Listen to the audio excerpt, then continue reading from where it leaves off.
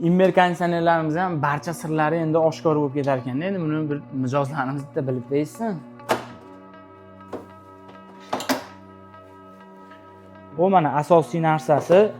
Oldingi modellarga qaraganda o'zgarish bo'lgan. Mana radiatordagi trubka soni 12 ta ko'rib turasizlar. 7 tech konditsionerlari, hattoki aux konditsionerlarida ham ushbu trubka soni 11 ta bo'ladi. Bularda 12 ta, grida ham 12 ta bo'ladi. Asosiysi original misdan, ya'ni sifatli misdan foydalanilgan va radiatorlarni ham ko'rib turasizlar. Kengligi ham kengroq va zichligi ham zichroq bo'ladi. Keyin yana bitta narsa, full DC inverter deyishdi. Mana ko'rib turasizlar, agar ko'rinsa, parralari ham DC motor bo'ladi va asosiy kompressorga keladigan bo'lsak, bu ham DC motor, ya'ni GMCC Toshiba, ya'ni yaponskiy motordan foydalanilgan. Ushbu motor yillar davomida sinovdan o'tgan ishonchli motor hisoblanadi. Hozirda aux konditsionerlari ham barcha modellarga ushbu kompressordan qo'yib foydalanib kelyapti.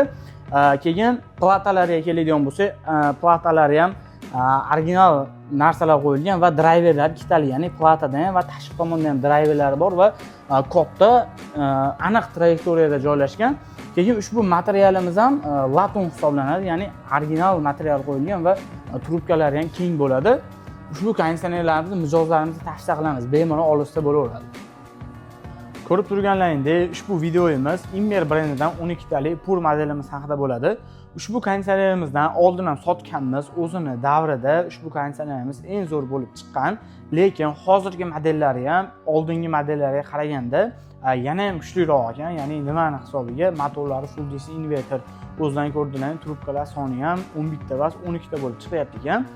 Mana fenlarni ham ko'rishlaring mumkin. Men sizlarga hozir yana qisqacha ma'lumot beraman.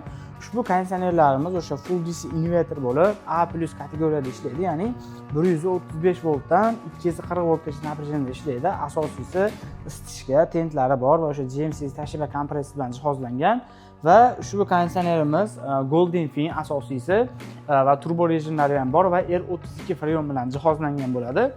Va puliga keladigan bo'lsak, siz mijozlarimiz uchun ushbu konditsionerimizni chegirma narxda $260 qilib belgilaganmiz, ya'ni 3.150 ming so'm.